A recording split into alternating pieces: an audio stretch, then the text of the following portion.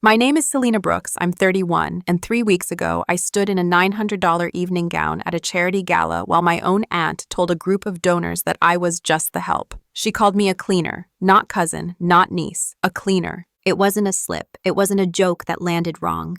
It was said casually, like truth spoken too freely. Someone asked, "Oh, what agency is she with?" And without even looking at me, my mother joined in. "Oh, she's not with an agency. We just let her tag along. She's good with errands." I stood there, glass of champagne frozen in my hand, the smile I'd been practicing all night sliding off my face as if it had never belonged to me. I'd spent 6 hours that day helping set up their tables, styling centerpieces, coordinating name cards for people who couldn't even remember mine. I was the reason their segment started on time. I was the reason their table was marked reserved. I'd even donated anonymously under a fabricated name just to avoid the humiliation of being scrutinized at check-in. And still, I was nothing more than the girl who helps out sometimes. A ghost in heels. A cleaner in a borrowed life. But what they didn't know, what none of them knew, was that my boyfriend was on his way. He wasn't just coming for moral support. He was coming because he was the keynote speaker, the featured guest, and the top silent donor of the night. And when he walked in, dressed like a headline and moving like he owned the air in that room, every voice that had laughed at me dried up mid-sentence. Before we start, have you ever had to fight for your own voice? Hit subscribe and stay connected to powerful women's voices. It flipped the entire story, and it changed everything. The first warning came in the group chat, a simple message from my cousin Jenna. Formal, like real formal. Don't come in one of your creative looks this time, please. It wasn't even subtle. It never was with them. I stared at the message for a long moment, rereading the phrase, one of your creative looks, like it was poison I hadn't realized I'd swallowed before. I hadn't worn anything remotely out of place to last year's gala, just a sleek black jumpsuit with a velvet blazer. But apparently anything not straight from a Nordstrom window was considered quirky when it came from me. I typed out a dozen responses and deleted each one. I thought about reminding them that I'd been working in fashion retail for almost 8 years, that I styled professionals for actual televised events, that I knew the difference between cocktail and black tie. But I knew better. This wasn't about clothes. It never had been. This was about them needing me to know where I stood, at the edge of the picture, slightly out of focus, useful but never central, always just enough, never too much. I bought a dress anyway. Not rented, not borrowed. Bought. Navy blue silk, floor-length, sleeveless, with a slit high enough to feel dangerous and heels tall enough to carry my back straight through anything. It was more than I could afford. But I told myself it wasn't just a dress. It was armor. Something to remind me, when the first backhanded compliment landed, that I didn't belong to their narrative anymore. I didn't tell anyone I was bringing someone. They never asked. They assumed, I guess, that I wouldn't, that no one would want to come, that I'd show up alone like I always did, helpful and harmless. They had no idea that my boyfriend, Daniel, had been watching from the sidelines for months, quietly encouraging me, listening when I vented, cataloging every wound they reopened. He didn't push me to bring him. He just said, "If you want me there, I'll be there, but only if it's for you, not for them." I told him yes the night before the gala. I didn't explain it. He didn't need me to. When the day came, I did everything they asked. Hair neat, makeup elegant, shoes that clicked politely. I arrived early, helped set up the centerpieces, fixed a tablecloth that was sagging too low, even ran across the street to grab extra bottled water when they ran short. My aunt thanked me with a quick pat on the arm and called me a lifesaver. And yet, when the guests started arriving, she never once introduced me by name. When someone asked who I was, she glanced over her shoulder and said, "Oh, her? She helps us keep things running smoothly, kind of like our go-to girl." That was the moment I realized something important. They didn't see me. Not really, but they were about to. I was standing by the auction table arranging clipboards when the first one hit. A woman in a gold sequined gown leaned in toward my aunt and asked, "Oh, and who is she? One of the caterers?" I wasn't even 5 feet away. My aunt didn't hesitate. She smiled, that tight, pleasant smile she always wore like a mask, and said, "Oh, that's just Selena. She helps us out with events now and then. Just Selena." No mention of me being her niece, no trace of blood or family, just someone who helps out, a utility, a fixture, something useful, not meaningful. I laughed out loud before I could stop myself. It was dry and sharp and landed harder than I intended. My aunt turned, startled. I held her gaze just long enough to make her uncomfortable, then looked back at the clipboard in my hand like it wasn't shaking. A few minutes later, she pulled me aside and whispered, "Don't make a scene," as if existing outside the lines she drew was somehow disruptive, as if acknowledging my own presence was too loud. That's when it clicked. This wasn't accidental. This wasn't about oversight or forgetfulness. This was deliberate. It always had been. My family liked me best when I was useful, quiet, dressed in beige, nodding and smiling and stepping out of every frame. I was the one who always had a charger in my purse, the one who knew where the extra safety pins were, the one who remembered Aunt Vanessa's nut allergy and made sure the salad was dressing-free just in case. But being seen, being honored, that was reserved for the real family, the ones who wore matching names and never asked too many questions. They floated through the gala in clusters, laughing in champagne tones. My cousin Jenna gave a speech about our strong family values, while I stood just out of the spotlight, making sure her mic was clipped properly. At one point, I passed my mother on the way to the restroom. She didn't compliment my dress. She didn't ask how I was. She just looked me up and down and said, "Well, at least you look neat tonight." Neat. Like I was a room she didn't want to admit she lived in. That's the thing about being halfway accepted. You're tolerated until someone more important arrives. You're allowed in the room as long as you don't ask for a seat. And I had stopped asking a long time ago. I had spent years learning how to read the air, how to take up as little space as possible, how to be easy to ignore. But something was different now, because for once I wasn't alone. Daniel was on his way, and he didn't see me the way they did. He saw every sharp edge they tried to sand down, and they were about to find out exactly what that looked like. It happened just before dinner, when the room buzzed with that pre-program energy, heels clicking, glasses clinking, waitstaff weaving through clusters of pearls and pocket squares.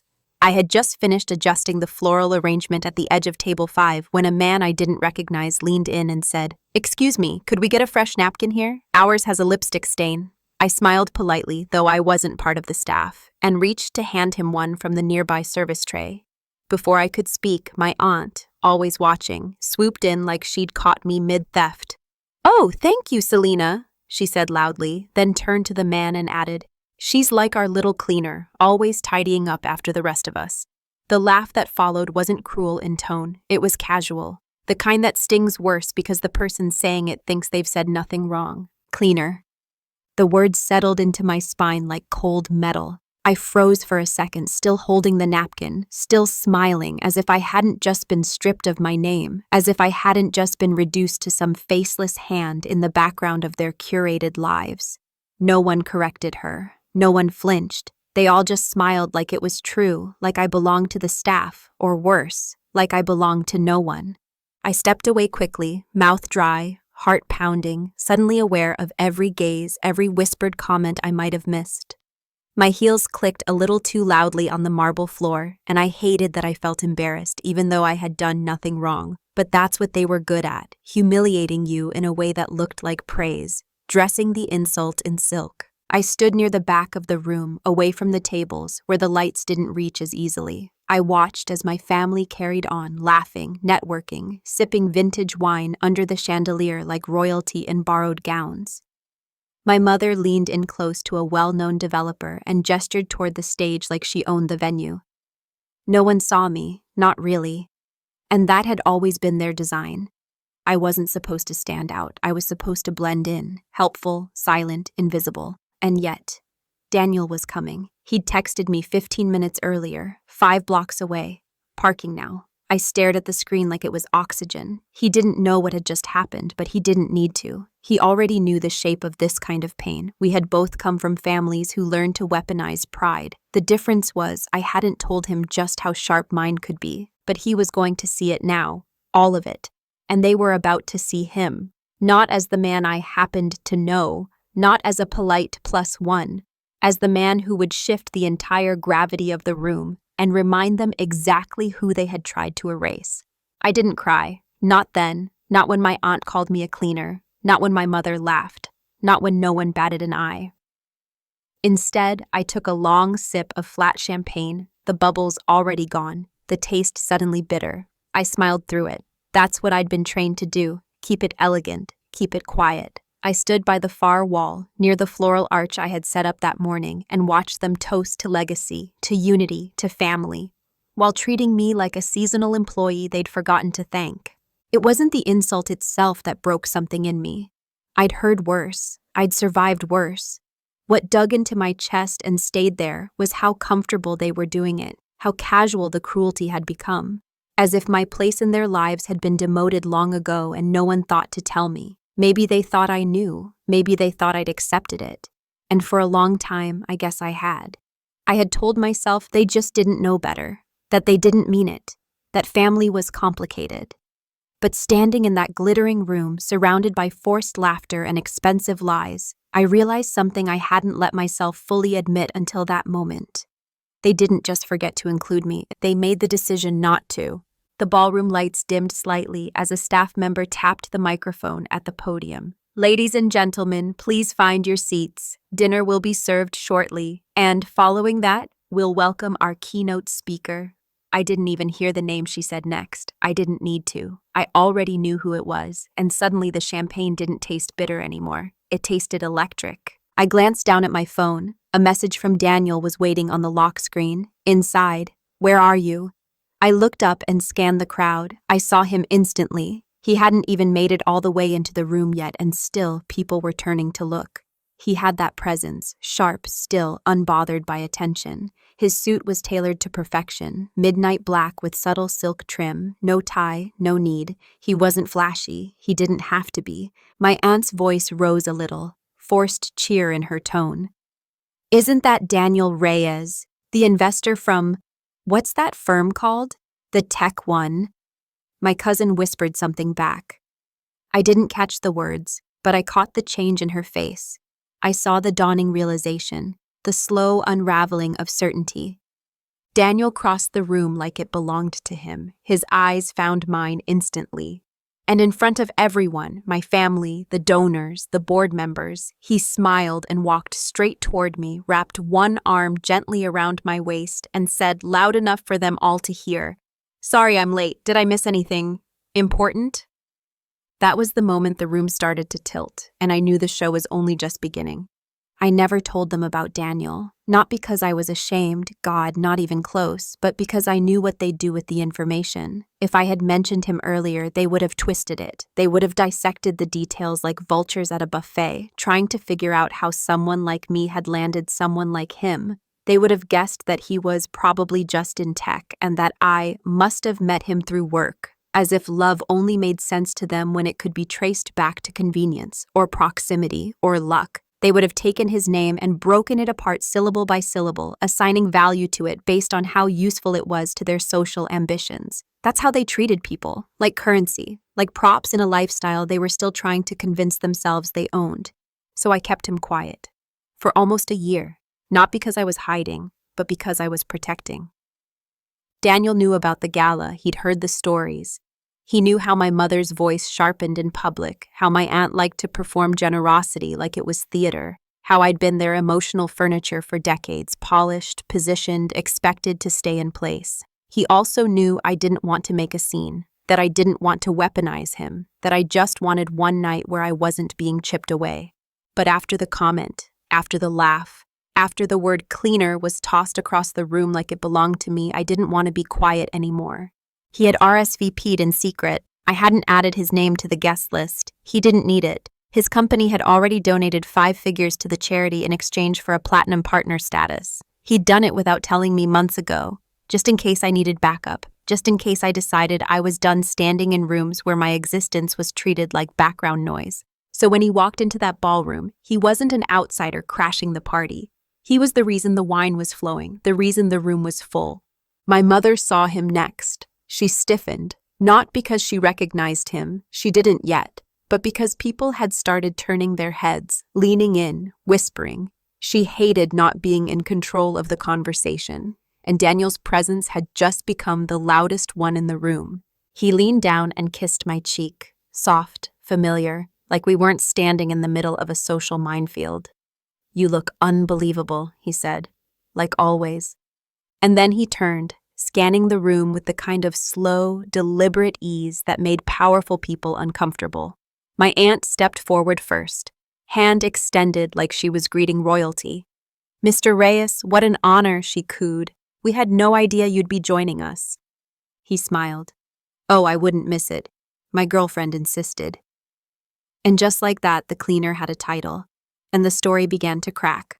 It was almost funny, in a sad, inevitable kind of way, the way their faces rearranged themselves the moment the word girlfriend left Daniel's mouth.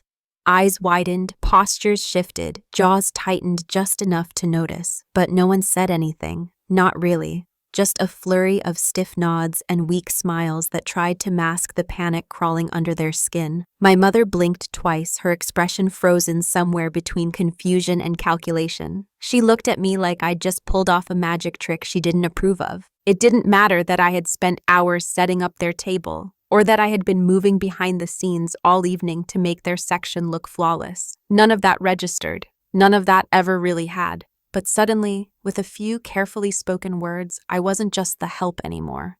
I was someone worth acknowledging, someone tied to someone powerful. And that's when it hit me. They'd never asked his name. In the weeks leading up to the gala, no one in my family had thought to ask if I was bringing a +1. They hadn't even asked what I'd been doing lately. No questions about work. No invitations for coffee, not even the performative kind. They just assumed I would show up solo, slip into the role of behind-the-scenes helper, and vanish when the spotlight turned on. But now the spotlight had shifted, and suddenly they were squinting in the glow. Aunt Caroline, ever the social climber, tried first. "Selena, why didn't you tell us you were dating someone?"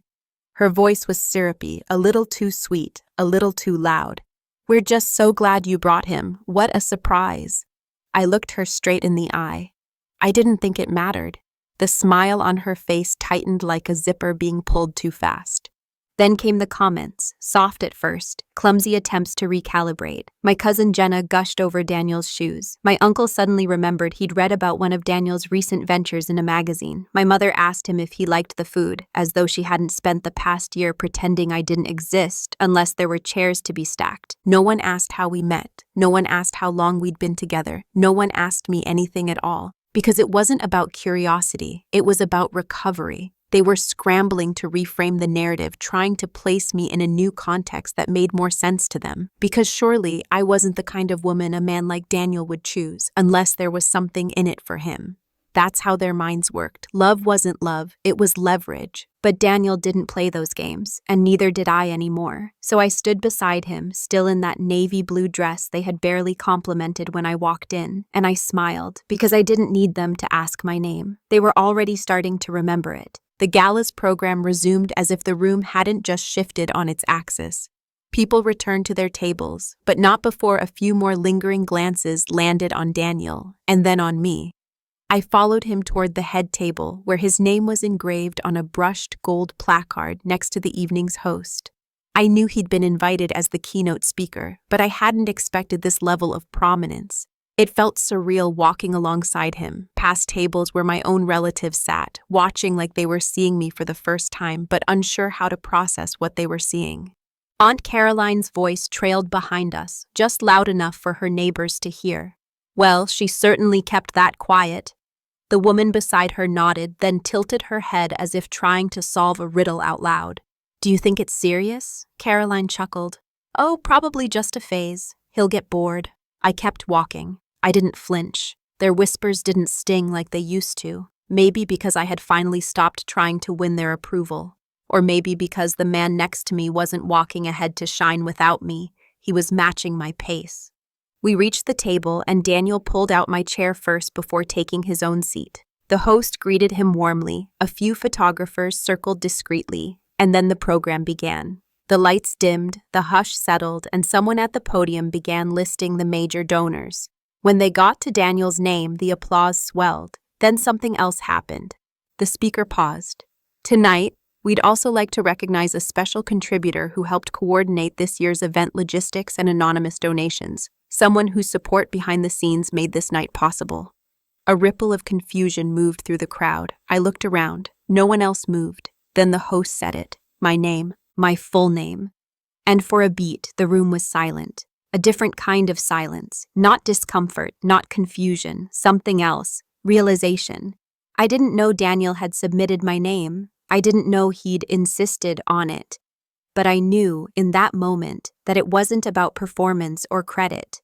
It was about visibility, about rewriting the narrative they'd been telling about me for years. He hadn't used his power to make me stand out. He'd used it to make them see what had always been there. As scattered applause began, I glanced toward my family's table. My mother clapped with her fingertips, like it hurt her. Jenna looked down at her plate. Aunt Caroline whispered something and sipped her wine with new restraint. They had written the guest list, but they hadn't accounted for who I really was, or the woman I had finally stopped hiding. I don't think I'll ever forget the look on my mother's face as she sat at her table, trapped between a forced smile and the kind of clenched silence that screams louder than words. She clapped because she had to, not because she meant it. Her hands moved, but her eyes didn't. They stayed fixed on me, not with pride, but with calculation, like she was already trying to rewrite the memory in her head, make it less threatening to her version of who I was supposed to be. For years, I had accepted that table, her table, as my designated seat in the family hierarchy.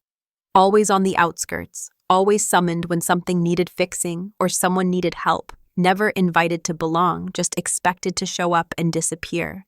But that night, I didn't sit at their table. I didn't pour their wine or arrange their napkins or chase after their approval like it was the only currency that mattered.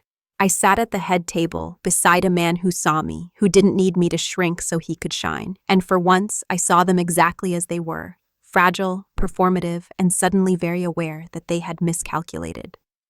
During dinner, my phone buzzed with a message from my cousin Jenna. Wow, didn't know you were involved like that. Congrats. I stared at the screen for a moment before locking it without replying. She hadn't spoken a word to me earlier, hadn't even acknowledged me when I'd walked past her table hours before. But now, after a name drop and applause, she wanted to pretend we were close. I wasn't angry, I wasn't even surprised, just done. As dessert was served, Daniel leaned toward me, his voice low and calm. You okay? I smiled, not just with my lips, but with something deeper. Yeah, I think I actually am. He nodded once, like he knew this moment wasn't about the applause or the placement or even the reveal. It was about reclaiming something I had let go of a long time ago without realizing it, my own worth. After the keynote speech, which Daniel delivered with the ease of someone who never needed to prove his place in any room, people swarmed him with compliments. But every time someone tried to edge me out of the conversation, he redirected it back to me. Selena helped design the logistics for this event, he'd say. She's the reason this ran so smoothly. And I watched as the people who had once looked past me began to look at me differently, not because he validated me, but because he made it impossible for them to ignore me any longer. Back at my mother's table, they were quiet. For the first time all evening, no one had anything clever to say. Because they knew. They hadn't just underestimated me, they'd erased me, and I had finally made them see the space I was never going to give back. After the final toast and closing remarks, the music swelled and couples began drifting toward the dance floor, heels clicking against marble, laughter rising just above the notes. I stayed seated for a moment, letting the energy of the night pulse around me. I could feel their eyes still on me, my mother, Aunt Caroline, Jenna, watching like spectators at a game they didn't know they'd already lost. They kept waiting for me to fold, to walk over and offer an olive branch, to return to my role as the agreeable background, but I didn't move. Daniel stepped away for a brief interview with a journalist covering the event, and in that brief window, my mother appeared. She didn't ask permission to sit. She just slid into the chair beside me like the conversation was long overdue. Her perfume hit me first, floral and heavy, the same scent she wore to church and courtrooms, any place where appearances mattered more than substance. You should have told us, she said softly, voice coated in that performative concern she reserved for moments when she feared losing control. We would have supported you. I almost laughed, but the sound caught in my throat. You called me the cleaner, I replied, my voice steady. Right in front of a group of donors. She bristled, adjusting the bracelet on her wrist instead of meeting my eyes. That was a misunderstanding. You know how things can sound different than they're meant. I turned to face her fully then, the room dimming behind us as if everything else had gone quiet. No, Mom, I heard you. You meant it exactly as it sounded. Her jaw tightened. You always were sensitive. I smiled at that. The last refuge of people who refuse to be accountable, label the person they hurt as fragile. But look at you now, she continued, trying to recover. Sitting at the head table, everyone's talking about you. We're proud. We. As if pride could be retrofitted to match the outcome. As if love could be reapplied once someone became impressive enough. I'm not here for your pride, I said, and I'm not here for your approval. I came because I believed in the cause, not the people at my table. Her face changed then, subtle but unmistakable. That moment when she realized the old tools didn't work on me anymore. Before she could respond, Daniel returned, placing a gentle hand on my shoulder. My mother stood abruptly, nodding at him with forced politeness. You have a very strong partner, she said. Daniel raised an eyebrow. Yes, I do, he replied, no hesitation. She lingered a second too long, as if trying to find one more thread of control to pull, but it was already gone, and she knew it. She left without saying sorry, not even close, and that told me everything. The apology I once begged for would never come, but I didn't need it anymore, because power doesn't always look like revenge. Sometimes it looks like walking away completely unaffected. After my mother walked away, I felt it. An internal shift so quiet, so final, it didn't need an announcement. For years, I had imagined the confrontation that would finally force her to see me, to acknowledge the hurt, to offer some long overdue apology. But when the moment actually arrived, it came hollow and predictable, dressed in shallow charm and defensive excuses. And yet, I didn't feel crushed. I didn't feel robbed. I felt released, like the weight I'd been dragging behind me had finally been cut loose. Daniel watched her disappear into the crowd, then turned his attention back to me. Want to dance? He asked, his tone light but eyes serious, as if he already knew what that moment had cost me. I nodded, slipping my hand into his, letting him lead me toward the center of the floor. The music shifted into something slower, softer. Around us, couples moved in easy rhythms, glittering gowns and black tuxedos swaying like waves. I rested my head against his chest, the tension in my shoulders finally dissolving under the warmth of his touch. It felt symbolic somehow. The two of us in the middle of that room, surrounded by people who once wouldn't have noticed me unless I was holding a tray. Now, they watched us with quiet curiosity, the same people who couldn't be bothered to remember my job title or ask about my life were suddenly trying to piece together how I ended up here. As if I hadn't been here all along, just invisible to those who refused to see. Out of the corner of my eye, I spotted Jenna hovering near the edge of the dance floor, pretending to be mid-conversation while blatantly watching us. Behind her, Aunt Caroline leaned in to whisper something to my mother, who was seated again, wine glass in hand, face unreadable. It didn't matter. They weren't part of this anymore. They were spectators now, and I wasn't performing for them. As Daniel twirled me gently and pulled me back into his arms, I realized this was the kind of moment they would never understand. Not because of the glitz or the exclusivity, but because there was nothing to manipulate, nothing to twist or claim. This was mine. This was real. A love that didn't need to be proved or justified. A presence that didn't require permission. You've been quiet, Daniel murmured. I looked up at him, smiling softly. Just thinking how strange it is that I feel more like myself here, in front of everyone, than I ever did sitting at my family's table. He kissed my temple gently. That's because you're not shrinking to fit anymore. We danced until the song ended, the room dimming into something hushed and dreamlike. And for the first time in a long time, I wasn't waiting for anyone's approval. I had stopped asking to be seen. I had simply become undeniable. The next morning, sunlight broke through my bedroom window like a spotlight, warming my sheets before I was ready to move.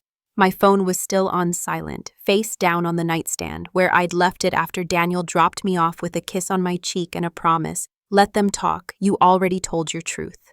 I wasn't sure what I'd wake up to, but I didn't rush. I made coffee slowly, savoring the smell, the calm, the silence of a life no longer lived on someone else's terms. When I finally reached for my phone, I had over 70 notifications, most from Instagram, a few missed calls, several text messages from numbers I hadn't saved in years. I scrolled through them without flinching. The gala's official photos had gone live overnight, tagged and shared by the event's social media team. There I was, in that midnight blue gown, laughing with Daniel, standing beside the event host, shaking hands with local officials. There was even one shot of us dancing, my head resting on his chest, the world melting around us, and under each image a flood of comments. Who is she? Why haven't we seen her before? Absolutely stunning. That dress, that confidence. But the message that really stood out came from my cousin Rachel, who hadn't been at the gala but had clearly seen the photos. I had no idea. You look powerful. That word stopped me cold. Powerful. Not pretty. Not lucky. Not surprising. Just powerful. I reread the message twice, then looked again at the photos. She was right. I did look powerful. Because I was. And suddenly I understood why it had made them so uncomfortable. My family had spent years crafting a version of me that they could control. The helper, the background, the one who didn't ask for more. But last night had shattered that illusion for good. They couldn't undo those images. Couldn't explain them away or crop me out. I wasn't just present. I was central, and the internet had receipts. By noon, Aunt Caroline had posted a vague status about certain people forgetting their place and how money doesn't equal class. I didn't respond. I didn't have to. Her bitterness only confirmed what I already knew. She didn't hate the dress or the photos or even Daniel. She hated that I had stepped out of the role she'd assigned me, and the world had applauded. I spent the rest of the afternoon on the balcony, laptop open, fingers dancing across the keys as I worked on a new pitch for my consulting business.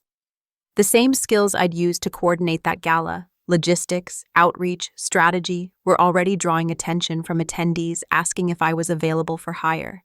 And I was, fully, freely, no longer afraid of being seen. Let them talk, let them repost, let them twist, because no matter how they tried to narrate around it, the story had already been told, and this time, I was the headline. By the end of that week, the shift became undeniable. It started with the invitations, not from my family, but from the same social circles that once didn't know I existed. An email arrived Monday morning from the head of a nonprofit I'd admired for years. They were hosting a women's leadership brunch downtown and wanted me to speak on event strategy and brand visibility. I reread the subject line 3 times, just to be sure it was meant for me. It was. They'd seen the gala photos. They'd heard about my behind-the-scenes work. I was no longer the assistant. I was the architect. Then came a DM from a fashion brand asking if I'd be interested in collaborating on a styled shoot for professional women. The irony wasn't lost on me.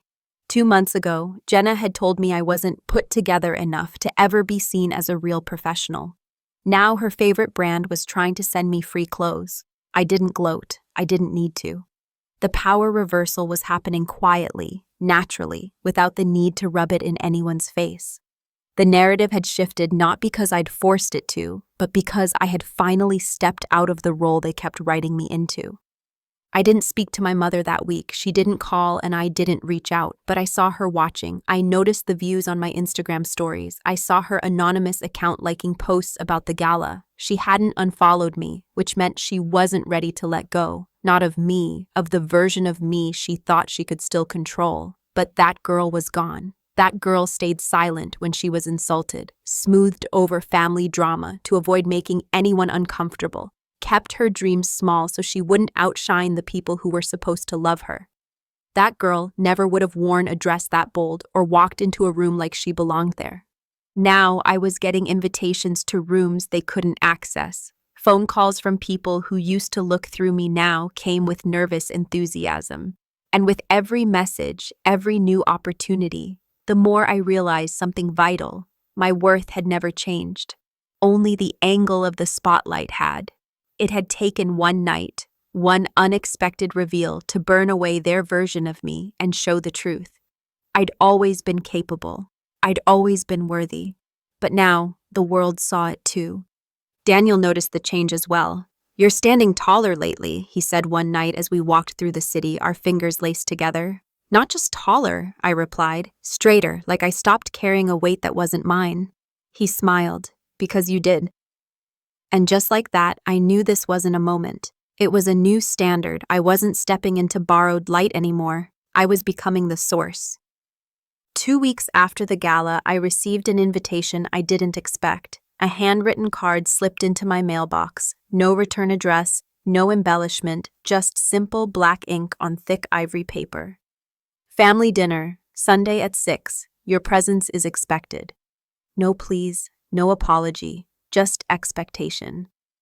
I stared at the card for a long time, fingers tracing the edge like it might cut me if I held it wrong. My first instinct was to throw it away, but something in me paused, not out of obligation, but curiosity. I wanted to see it, the dinner, the performance. I wanted to see how they'd play it now that the narrative had shifted and I was no longer the forgotten background figure. When I arrived at my parents' house that Sunday, everything looked the same on the outside. The porch light flickered like always. The garden still had the overgrown roses that Mom claimed she'd trim every spring but never did. But when I stepped inside, the air was different, quieter, edged with tension.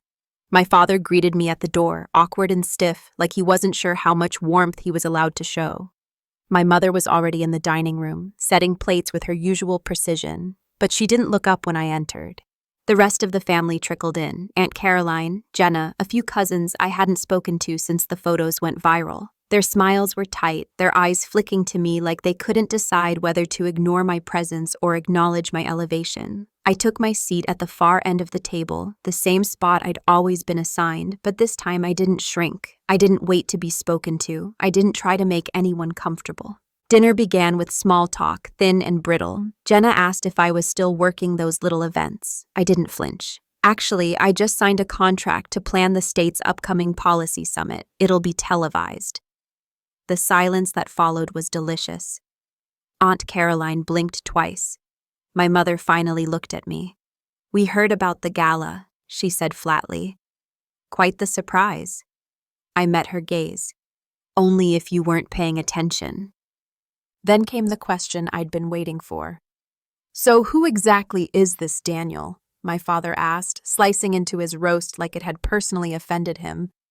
I smiled. "He's the man who reminded me I don't have to accept crumbs from people who pretend it's a full meal." The room went still. Utensils paused midair. For the first time in years, I had said exactly what I meant. No sugarcoating, no apology, just truth. When dinner ended, I stood without waiting for dismissal. My mother followed me to the door. "You're different," she said. I turned back and nodded.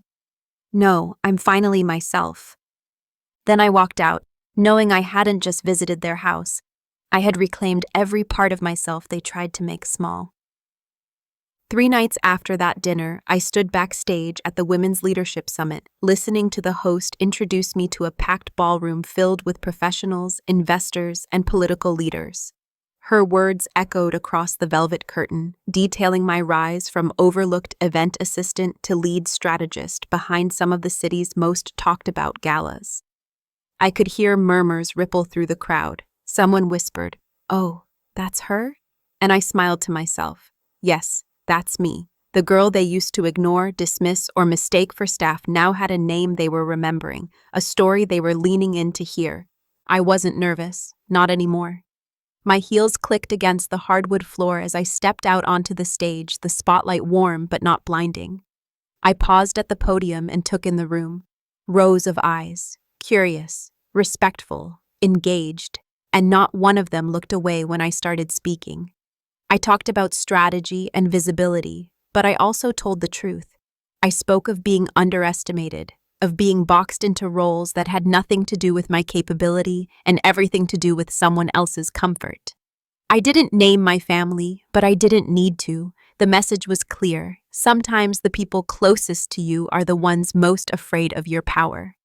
When I finished, the room erupted into applause, not polite clapping, real applause, the kind that fills your chest and makes you pause before stepping down because you want to remember what that sound feels like when it's for you, and only you. I scanned the audience and spotted familiar faces from the gala. the same people who had looked through me now nodding, smiling, acknowledging. Afterward, a woman approached me backstage. Elegant, mid-50s, the kind of presence that owned every space she entered. "Your story," she said, "was like a mirror for me. Thank you." She handed me her card. She ran a mentorship foundation for first-gen professionals and wanted me to lead a new initiative. "We need more voices like yours," she said. I promised to follow up, not out of politeness, out of purpose, because this was what all the silence, the dismissal, the humiliation had built toward, a voice that couldn't be ignored anymore. Later that night, Daniel met me at the car with a single white rose. "You stole the room," he said. I leaned into him, grounding myself in his certainty. "I didn't steal it," I whispered. "They just finally noticed it was mine." I checked my phone on the drive home. A single text from my mother. No words. Just a photo of me on stage, pulled from the summit's Instagram feed. No caption, no emoji, just silent proof that she'd watched, and that she now understood. I hadn't just left the role they wrote for me, I'd rewritten the whole script, and this time the spotlight wasn't borrowed, it was earned. It didn't take long. After the summit, after the standing ovation, after the interview that went semi-viral on LinkedIn, the people who once pretended I didn't exist suddenly remembered how to dial my number. The first message came from Jenna. "Hey, I just wanted to say congrats on all your success. Would love to catch up over coffee soon." As if she hadn't stood at that gala, smirking while calling me the cleaner. As if she hadn't spent years crafting my invisibility. I didn't respond. The silence felt like its own kind of reply. Then came Aunt Caroline, in a group text I didn't even know I was still part of. "Proud of our girl. Always knew she had it in her." The lie came so smoothly you'd think she rehearsed it. I watched the words blink back at me from my screen and wondered if she believed them herself, or if she just hoped others would. But the one that hit differently was from my mother. This time, she didn't just send a photo. She sent words. "Your father and I were thinking, maybe it's time for the family to support your work. If you're planning another event, we'd love to attend. Let us know when and where. Support. Attend." As if they hadn't mocked my every effort until it became too big to ignore. As if showing up now would erase everything that came before. For a moment, I stared at the message, feeling that old tug. Guilt, confusion, the longing to be accepted. But it didn't last long. I knew what this was. It wasn't support. It was strategy. They saw something they could benefit from and wanted back in the frame. But this time, they'd have to stand behind the velvet rope. That week, I was invited to co-chair a regional networking gala. Not just work it, lead it. I was given creative control, press access, and a guest list allowance. 10 seats, 10 names I could give to people I wanted at my table. And I filled every single one with those who'd lifted me up while I was still trying to climb. Friends, mentors, Daniel, colleagues who saw my potential before it was proven. Not a single seat was given to family. On the night of the gala, I saw them standing near the entrance, dressed up, uninvited, trying to look like they belonged.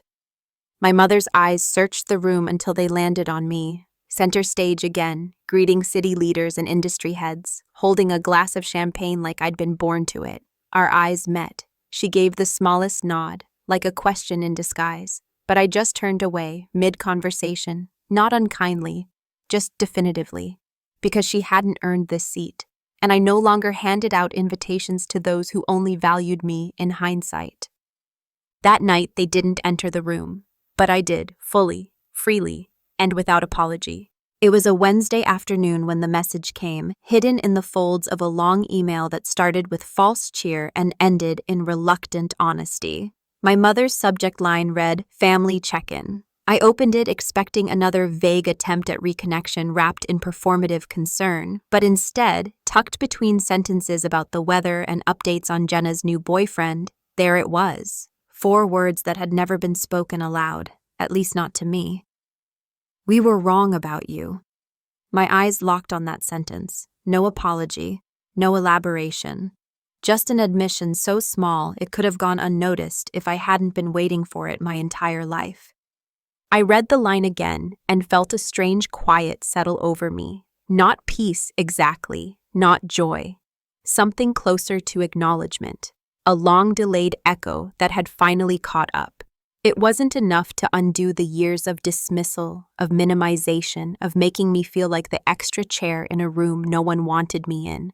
But it was something, a crack in the wall. And even if it came from a place of regret rather than true understanding, it still marked a shift. Later that night, Daniel found me sitting on the couch, laptop open, the email still glowing on the screen. "They finally said it," I told him, voice steady but low. He didn't ask who. He didn't need to.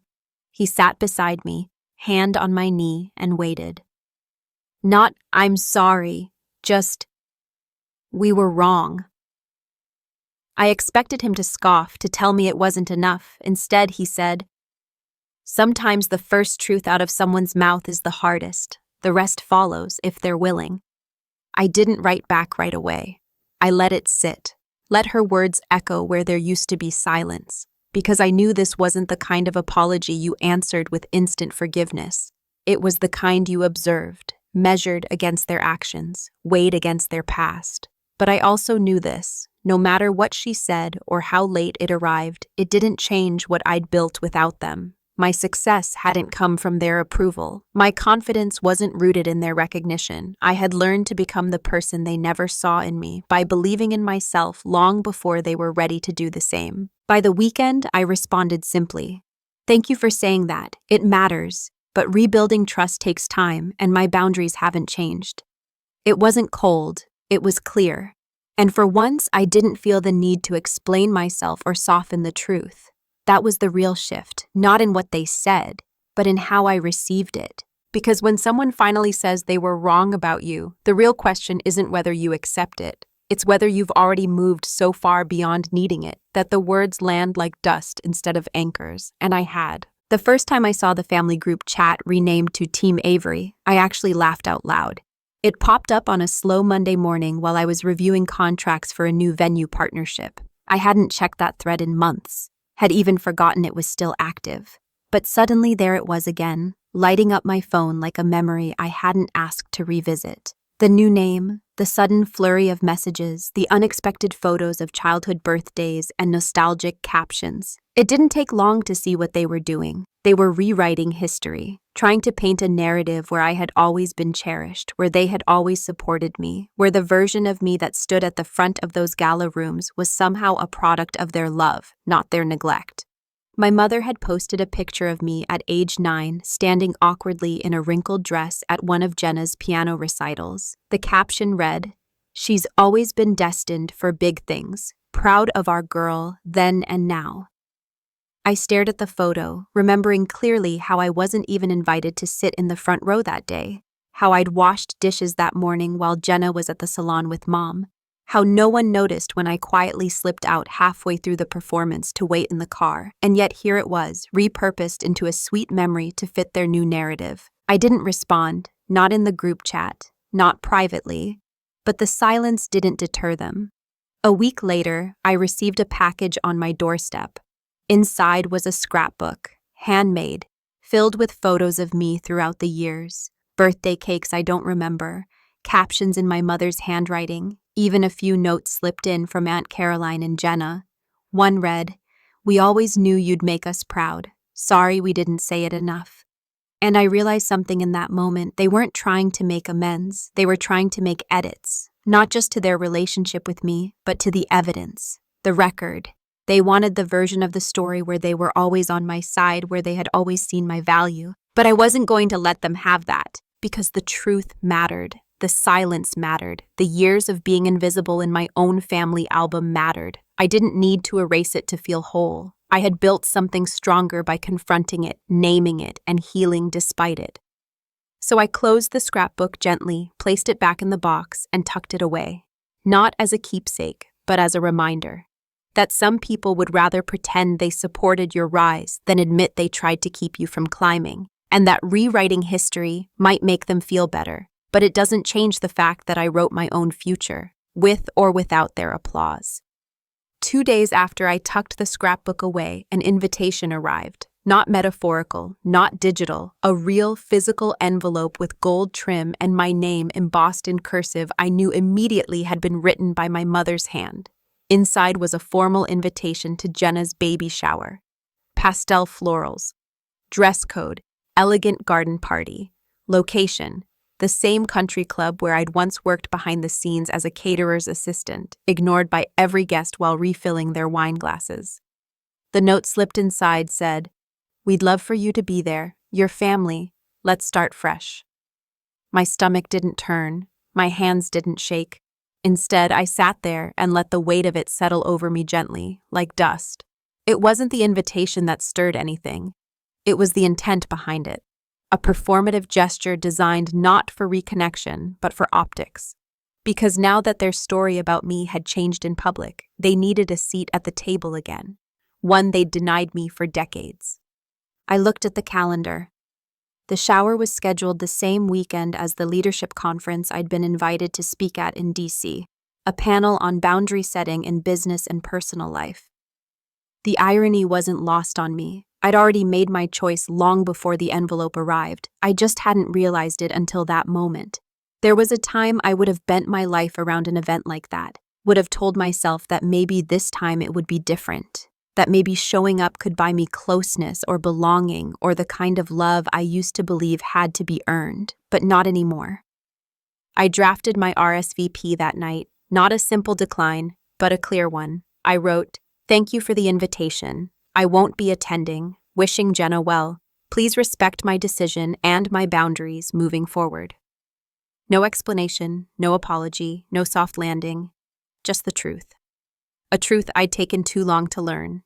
I didn't owe anyone a performance, not even family, especially not family. I mailed the card the next morning and walked away from the post office lighter than I'd expected. That envelope didn't just contain my response. It carried years of silence I'd finally chosen to break, not with shouting, but with clarity, not with bitterness, but with finality. And it felt like closing a door that had been left half open for far too long, letting in drafts of guilt and obligation that never belonged in my life to begin with. That weekend in DC, I stood on stage before a room of women, telling the story of how I once believed being loved meant being useful, being silent, being small, and how I learned, slowly, painfully, completely, that the real definition of love is space. Space to be seen, space to say no, space to walk away.